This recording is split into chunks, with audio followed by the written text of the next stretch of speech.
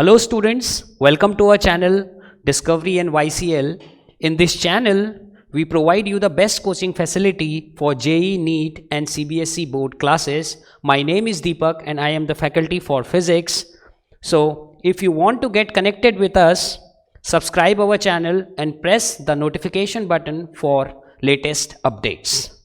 So, today's topic is electrostatics. That will be the first lecture on electrostatics, in which we will discuss about the properties of a stationary charge. So, what does it mean by a stationary charge? A stationary charge, students, is something which is at rest. So, all the properties which are arising due to a stationary charge will be discussed under electrostatics.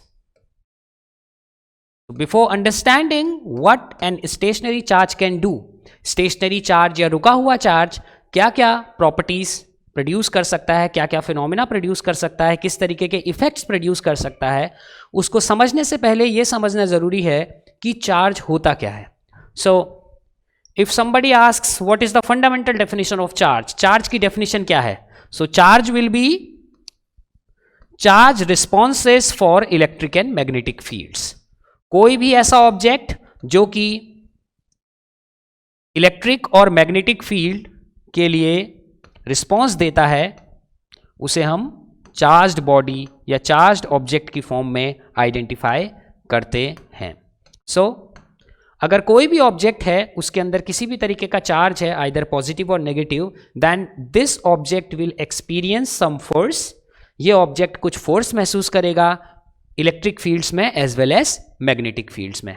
अगर कोई object charge नहीं है, जैसे कि neutron या कोई neutral body, इनको electric या मैग्नेटिक फील्ड का कोई भी इन्फ्लुएंस महसूस नहीं होता.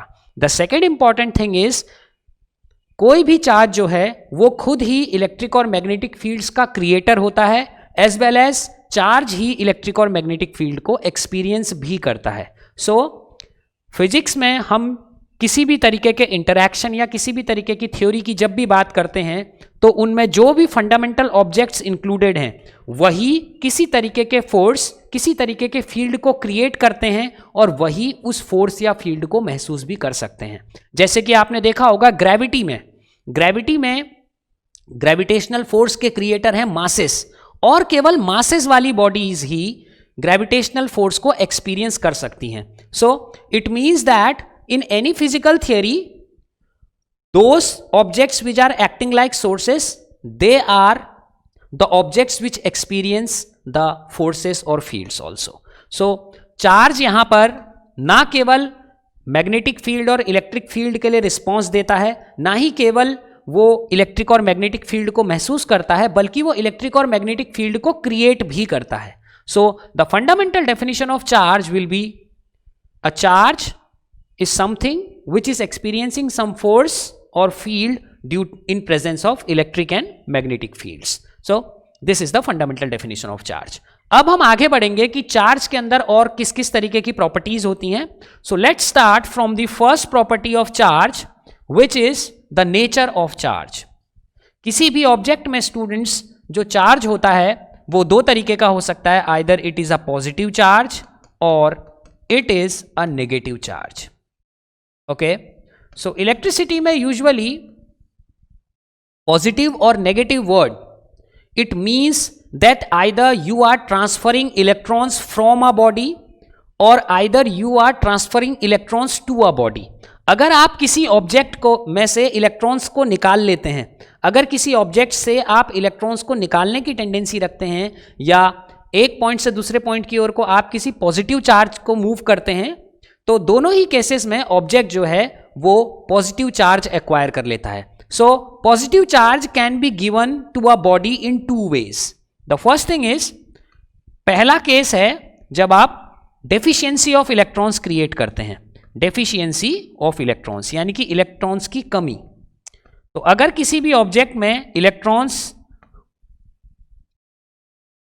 आपने उस ऑब्जेक्ट में से कुछ इलेक्ट्रॉन्स के नंबर को निकाल लिया, then the object becomes positively charged. Initially the object is considered to be neutral, यानी कि ऑब्जेक्ट में शुरुआत में जो पॉजिटिव और नेगेटिव चार्जेस हैं वो एक दूसरे को बैलेंस कर रहे हैं, that's why the object is behaving like a neutral object, यानी कि उसके अंदर जीरो चार्ज है। जैसे ही आप उसमें से कुछ नेगेटिव चार्ज को निकालना शुरू करते हैं, जैसे कि इलेक्ट्रॉन्स, उनको निकालना शुरू करते हैं, तो फिर उस ऑब्जेक्ट के अंदर जो पॉजिटिव चार्ज है वो डोमिनेट करना शुरू कर देता है और इससे ऑब्जेक्ट को एक पॉजिटिव चार्ज मिलने लगता है। सो पॉजिटिव चार्ज को क्रिएट करने के लिए आपको नेगेटिव चार्ज का रिमूवल क्रिएट करना पड़ेगा। So similarly negative charge basically attain होता है गेन ऑफ इलेक्ट्रॉन्स के थ्रू। तो किसी भी ऑब्जेक्ट में अगर हम इलेक्ट्रॉन्स का गेन करवा दें या किसी तरीके का कोई भी और नेगेटिव चार्ज उसको ट्रांसफर कर दें, जैसे कि अगर आप किसी ऑब्जेक्ट को कोई नेगेटिव आयन दे दें, तो उस पर्टिकुलर केस में भी ऑब्जेक्ट जो है वो नेगेटिव चार्ज एक्वायर कर लेगा। इसी तरीके से पॉजिटिव चार्ज को क्रिएट करने के भी दो तरीके हैं। पॉजिटिव चार्ज क्रिएट करने के लिए आप किसी न्यूट्रल बॉडी में से इलेक्ट्रॉन्स को निकालना शुरू कीजिए, तो उसका पॉजिटिव चार्ज डोमिनेट करना शुरू करेगा।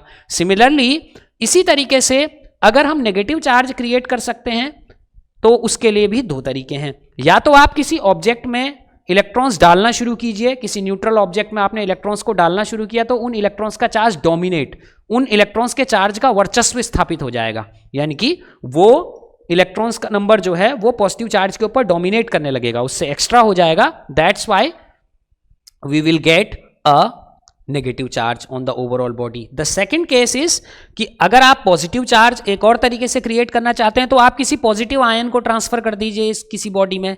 सिमिलरली अगर आप नेगेटिव आयन को ट्रांसफर करते हैं तो तब भी बॉडी नेगेटिवली चार्ज हो जाती है। तो इस तरीके से हम ये देखते हैं कि किसी भी चार्ज की दो तरीके की प्रॉपर्टीज होती हैं, एक तो है उसका पॉजिटिव नेचर और दूसरा है उसका negative nature. So moving on to the next property. The next property is charge is invariant with velocity. So this is a very important concept. What does it means? अगर कोई electron या कोई भी charge अगर rest पे है u equal to 0, उसकी कोई वेलोसिटी नहीं है, और इसी तरीके से अगर वो चार्ज इवन लाइट के कंपेरेबल स्पीड्स तक भी मूव करने लग जाए तो दोनों ही केसेस में उसका इलेक्ट्रिकल चार्ज कैसा रहता है, कंजर्व्ड बना हुआ रहता है। यानी कि दोनों ही केसेस में उसका इलेक्ट्रिकल चार्ज अगर हम मेजर करते हैं तो वो सेम आता है। It means there is no variation in the value of charge if an object starts travelling with some velocity. तो स्टेशनरी इलेक्ट्रॉन के अंदर भी जितना चार्ज होता है उतना ही लाइट की स्पीड के कंपेरेबल मूव करते हुए इलेक्ट्रॉन के ऊपर भी चार्ज होता है।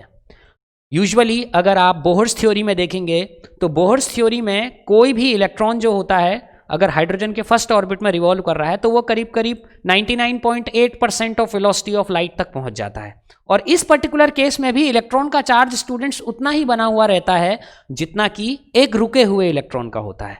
That's why we lead to this definition of charge is invariant under variation of velocity. So third important property is charge of isolated body is conserved.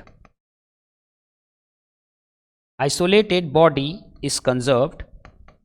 किसी भी isolated body का स्टूडेंट्स जो charge होता है वो conserve रहता है, और कंजर्व रहने का सिग्निफिकेंस ये है कि अगर आप किसी बॉडी को अकेला छोड़ दें, अकेले का सिग्निफिकेंस ये है कि वो बॉडी किसी के भी कांटेक्ट में नहीं होनी चाहिए, उस बॉडी के आसपास किसी भी तरीके का कोई इन्वायरमेंट, किसी भी तरीके का कोई एटम या मॉलिक्यूल अवेलेबल नहीं होना चाहिए जिसको वो अपना चार्ज ट्रांसफर कर सके। ऐसे पर्टिकुलर केसेस में ऑब्जेक्ट के अंदर जो टोटल चार्ज आपने असाइन किया था या ऑब्जेक्ट को जो भी आपने टोटल चार्ज दिया था वो कैसा बना हुआ रहता है, फिक्स बना हुआ रहता है, और उसी को हम क्या कहते हैं, कंजर्वेशन ऑफ चार्ज कह रहे हैं। तो charge of an isolated body is conserved. अगर आप किसी मेटेलिक स्फेयर को 10 कूलाम का चार्ज देते हैं स्टूडेंट्स और उसको स्पेस में छोड़ देते हैं जहां पर कोई भी एटम मॉलिक्यूल या किसी भी और तरीके का इंटरैक्शन किसी भी दूसरी बॉडी के वो कांटेक्ट में नहीं है, तो अगर आप 100 साल बाद भी उसका चार्ज मेजर करेंगे still you will get the same charge because it is an isolated body. So that was the third property. What is the fourth property? The fourth property is charge is quantized in nature. Charge is quantized in nature. So let's see what the word quantization means. Quantization का क्या अर्थ है वो बहुत important है students. Quanta, the word quanta means a small packet. So इस statement का जो मतलब है वो ये है कि चार्ज हमेशा छोटे छोटे पैकेट्स की फॉर्म में रहता है, और एक पैकेट का साइज उतना ही होता है जितना कि एक इलेक्ट्रॉन का होता है। ये डेफिनेशन आई है स्टूडेंट्स इलेक्ट्रॉन्स के फंडामेंटल नेचर की वजह से, क्योंकि इलेक्ट्रॉन्स जो होते हैं वो फंडामेंटल पार्टिकल्स हैं, यानी कि इलेक्ट्रॉन के सब स्ट्रक्चर के बारे में, इलेक्ट्रॉन खुद किन पार्टिकल से मिलकर बना हुआ है इसके बारे में एट प्रेजेंट कोई भी इंफॉर्मेशन नहीं है। इलेक्ट्रॉन के साइज का जो अप्रोक्सीमेशन है that is around 10⁻⁻17 metres which makes it almost a point particle. 10⁻17 metres dimension का कोई भी ऑब्जेक्ट ऑलमोस्ट एक पॉइंट कंसिडर किया जा सकता है और उसका कोई भी सबस्ट्रक्चर अभी तक नोन नहीं है। तो इलेक्ट्रॉन को एक फंडामेंटल पार्टिकल की तरह ट्रीट किया जाता है स्टूडेंट्स। अगर वो फंडामेंटल है इसका मतलब वो इंडिविजिबल है, उसको और ज्यादा तोड़ा नहीं जा सकता। तो इसका मतलब अगर आप किसी बॉडी से दूसरी बॉडी में इलेक्ट्रॉन्स ट्रांसफर कर रहे हैं तो आप 1 इलेक्ट्रॉन ट्रांसफर कर पाएंगे, 10 इलेक्ट्रॉन ट्रांसफर कर पाएंगे, 1 मिलियन ट्रांसफर कर पाएंगे, लेकिन it is not possible to transfer 2.5 electrons, 3.75 electrons और 10.2 इलेक्ट्रॉन्स, क्योंकि इलेक्ट्रॉन का चार्ज डिवाइड नहीं किया जा सकता due to the indivisible nature of electron. So किसी भी ऑब्जेक्ट पे जो चार्ज होगा स्टूडेंट्स वो दिया जाएगा Q is equal to N into E से, वेयर N क्या है, N इज इंटीजर। N जो होगा वो एक नंबर होगा जो कि इंटीजर होगा, ये फ्रैक्शन नहीं हो सकता, डेसिमल नहीं हो सकता है, बिकॉज अगर आप इसे फ्रैक्शन या डेसिमल में कन्वर्ट कर रहे हैं इसका मतलब you are dividing electron further and electron itself is a fundamental particle, it is indivisible. So और जो ये इलेक्ट्रॉन है इसका ये E जो है ये फंडामेंटल चार्ज है which is the smallest charge available in nature और इसकी वैल्यू होती है 1.6 into 10⁻⁻19 coulombs. So if you are providing electrons, अगर आप इलेक्ट्रॉन्स किसी बॉडी को दे रहे हैं स्टूडेंट्स तो जितने इलेक्ट्रॉन्स आपने दिए मल्टीप्लाइड बाय 1 इलेक्ट्रॉन का चार्ज और उतना ही नेगेटिव में, बिकॉज इलेक्ट्रॉन देने से वो नेगेटिव चार्ज अटेन कर लेता है। सिमिलरली अगर आप किसी ऑब्जेक्ट से इलेक्ट्रॉन्स निकाल रहे हैं बाहर तो जितने इलेक्ट्रॉन्स आपने निकाले multiplied by the charge of 1 electron, इतना चार्ज वो बॉडी पॉजिटिव में गेन कर लेगी। तो ये 4 प्रॉपर्टीज जो हैं वो काफी इंपॉर्टेंट हैं किसी भी चार्ज को स्टडी करने के लिए। So let's moving on further. हम जानते हैं कि फिजिक्स में किसी भी तरीके की थ्योरी को डेवलप करने के लिए सबसे पहले हमें यह डिसाइड करना पड़ता है या सबसे पहले हमें यह डिस्कवर करना पड़ता है कि उस थ्योरी के जो फंडामेंटल ऑब्जेक्ट्स हैं या उस थ्योरी की जो बेसिक चीजें हैं वो एक दूसरे के साथ कैसे इंटरैक्ट करती हैं। एक चार्ज है स्टूडेंट्स, उसने अपने आसपास कोई फील्ड क्रिएट किया, एक चार्ज ने अपने आसपास कोई इन्फ्लुएंस क्रिएट करा। कैसे पता चलेगा कि कोई इन्फ्लुएंस है, कैसे पता चल पाएगा? पता करने का एक बहुत ही सिंपल तरीका है, चार्ज के आसपास किसी दूसरे चार्ज को लेके आओ, क्योंकि मैंने आपको शुरुआत में बताया है कि चार्ज ही क्रिएट करता है फील्ड को और चार्ज ही एक्सपीरियंस करता है।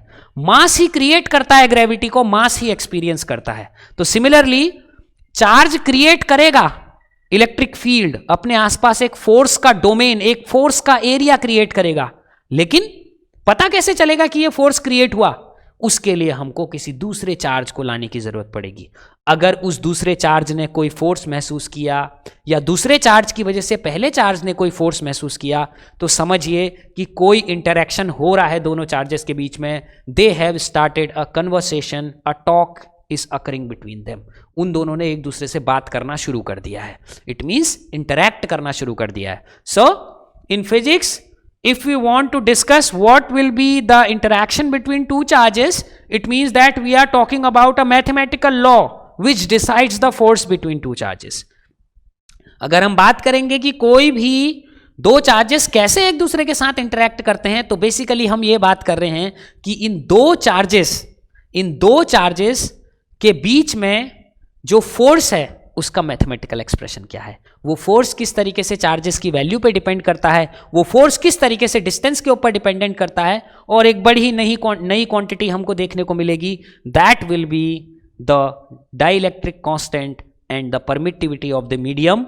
और इस तरीके से हम देखेंगे कि कूलम्स लॉ हमारे सामने आएगा as the law which governs the conversation between two charges. दो चार्जेस के बीच की बातचीत को जो गवर्न करता है, जो उस बातचीत के बारे में आपको बताता है कि बातचीत कितनी स्ट्रांग है या कितनी वीक है, वो है हमारा कूलम्स लॉ।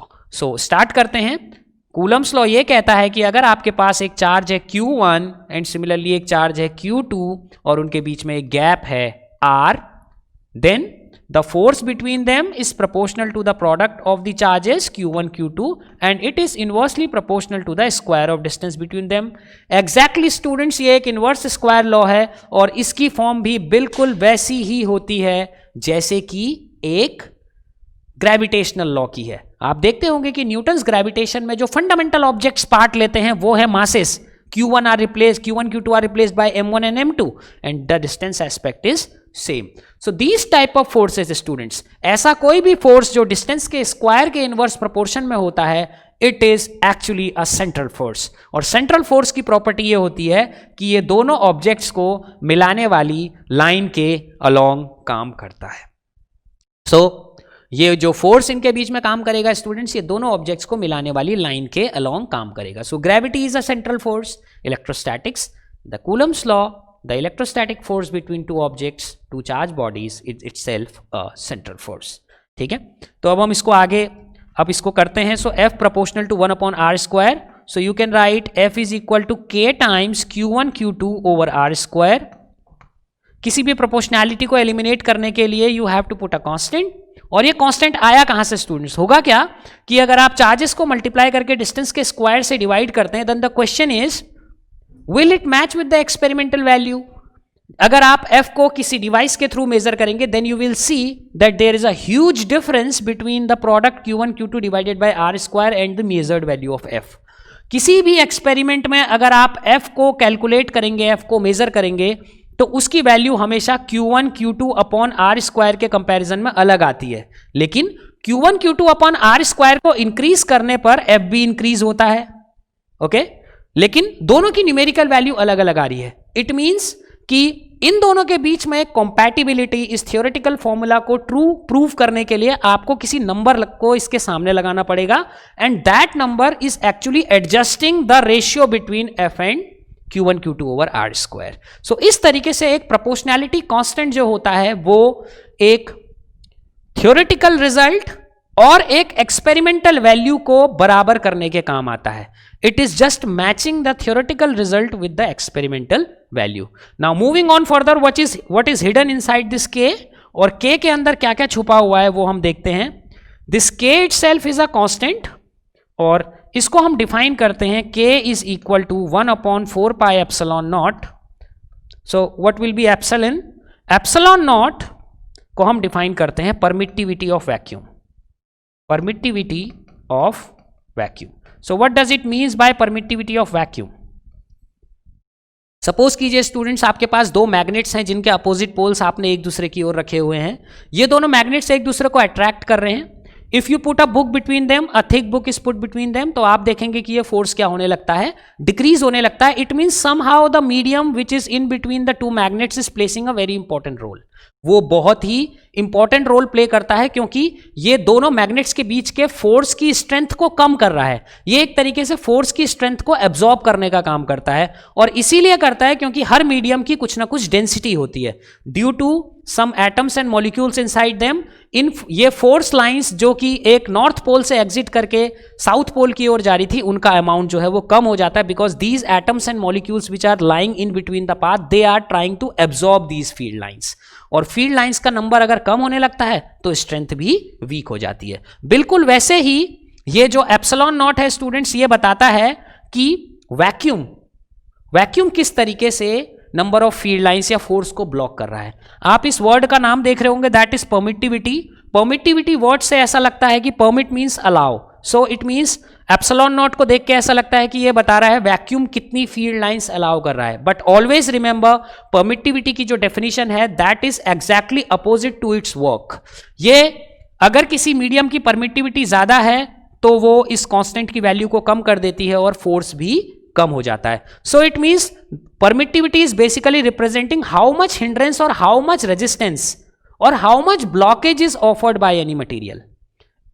और कूलम्स लॉ, कूलम की वजह से, कूलम लॉ की वजह से जो फोर्स आपको दो चार्ज पार्टिकल्स के बीच में मिल रहा है उसकी शील्डिंग कितनी होगी किसी मीडियम की वजह से, उसको कौन डिसाइड करता है? एप्सिलॉन डिसाइड करता है. सो एप्सिलॉन नॉट इज रिप्रेजेंटिंग कि अगर दोनों चार्जेस के बीच में वैक्यूम हो या एयर हो तो वो कितना ब्लॉकेज प्रोड्यूस करता है, कितनी फील्ड लाइंस को किस कंटेंट में वो क्या कर सकता है? एब्जॉर्ब कर सकता है. फील्ड को किस अमाउंट से वो डिक्रीज कर सकता है। सिमिलरली अगर आप ये देखेंगे किसी भी जनरल मीडियम के लिए, यानी कि अगर आपने दोनों चार्जेस के बीच में कोई जनरल मीडियम डाल दिया, इन दैट पर्टिकुलर केस जो ये कांस्टेंट है वो 1/4 पाई एप्सिलॉन में कन्वर्ट हो जाएगा। सो इट मींस ऐसा, जैसा कि हम जानते हैं कि कोई भी मीडियम जो है वो वैक्यूम से ज्यादा डाइल्यूट नहीं हो सकता, because vacuum itself has standard vacuum has 0 particle density. So in that case कि अगर आप कोई जनरल मीडियम लेते हैं तो जनरल मीडियम में जो नंबर ऑफ पार्टिकल्स या नंबर ऑफ मॉलिक्यूल्स या किसी भी तरीके का जो मैटर अवेलेबल है, that matter is something which is more denser in comparison to vacuum और एयर। एयर या वैक्यूम के कंपैरिजन में कोई जनरल मीडियम जो होता है वो हमेशा डेंसर ही होता है, उसकी डेंसिटी हाई होती है। So it means it will have a larger capacity to block field lines. Field lines को ब्लॉक करने की या फोर्स को शील्ड करने की जो उसकी कैपेसिटी है वो और ज्यादा होगी। तो हम क्या एक्सपेक्ट करते हैं, हम ये एक्सपेक्ट करते हैं कि किसी भी जनरल मीडियम के लिए जो K है that will be more smaller in comparison to this. So मान लीजिए स्टूडेंट्स ये क्या है, K डैश है। सो अगर आप वैक्यूम के लिए फोर्स देखते हैं स्टूडेंट्स तो वो 1/4 pi epsilon not Q1 Q2 over R square आता है। और सिमिलरली अगर आप मीडियम के लिए फोर्स देखते हैं then it comes out to be 1/4 pi epsilon Q1 Q2 over R square, जहां मैंने चार्जेस और डिस्टेंस की वैल्यू को फिक्स रखा है। इन दैट पर्टिकुलर केस अगर आप F और F डैश का रेशियो निकालेंगे तो ये एप्सिलॉन अपॉन एप्सिलॉन नॉट आ जाएगा students, epsilon upon epsilon naught. So ये जो क्वांटिटी आपको एप्सिलॉन अपॉन एप्सिलॉन नॉट मिल रही है ये क्या बता रही है, the ratio of blockage which is produced by medium divided by the blockage which is produced by vacuum. Medium ने कितनी फील्ड लाइंस को, कितने अमाउंट में फोर्स को शील्ड किया, कितने अमाउंट में फोर्स को कम किया, divided by the amount of force which is reduced by vacuum, यानी कि वैक्यूम ने किस अमाउंट में फोर्स को शील्ड किया। तो इस रेशियो को हम कहते हैं मीडियम का dielectric constant. The word dielectric means insulator. So insulation का मतलब यह है कि फोर्स को शील्ड करना। अगर कोई मटेरियल अच्छा इंसुलेटर है इसका मतलब वो क्या करता है, और ज्यादा फोर्स के लिए शील्डिंग प्रोड्यूस करता है, फोर्स को उतना ज्यादा डिक्रीज करने की टेंडेंसी रखता है। तो स्टूडेंट्स आपको यह पता है कि कोई भी जनरल मीडियम जो है वो वैक्यूम के कंपैरिजन में ज्यादा डेंस है, तो इसका मतलब उसका जो एप्सिलॉन होगा वो लार्जर होगा हमेशा एप्सिलॉन नॉट के कंपैरिजन में, क्योंकि जब तक एप्सिलॉन बढ़ेगा नहीं फोर्स घटेगा नहीं। तो जनरल मीडियम जो होता है वो हमेशा लेसर फोर्स देता है इन कंपैरिजन टू वैक्यूम। अगर आप दो चार्जेस को वैक्यूम में रखते हैं आपको मैक्सिमम फोर्स मिलेगा उनके बीच में अट्रैक्शन या रिपल्सन का।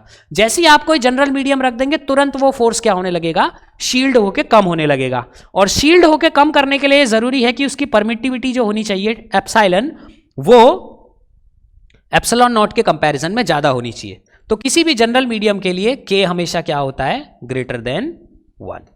So this is the property of dielectric constant. तो इस लेक्चर में हमने ये सीखा कि किस तरीके से एक जनरल कंसेप्ट हम कूलम्स लॉ का समझ सकते हैं, किस तरीके से दो चार्जेस एक दूसरे के साथ इंटरैक्ट करते हैं। एप्सिलॉन या परमिटिविटी वर्ड का मतलब क्या है और किस तरीके से ये आपको एक नई तरीके की साइंस देता है और मीडियम की प्रॉपर्टीज को इनकॉर्पोरेट कर देता है कूलम्स लॉ के अंदर। अगर ये एप्सिलॉन नॉट और एप्सिलॉन स्टूडेंट्स कूलम लॉ में ना हो तो आप किसी भी तरीके के मीडियम के इफेक्ट को कूलम्स लॉ में इनकॉर्पोरेट नहीं कर सकते। So if you like this video, subscribe our channel, share it with your friends and press the bell icon for latest updates. Thank you.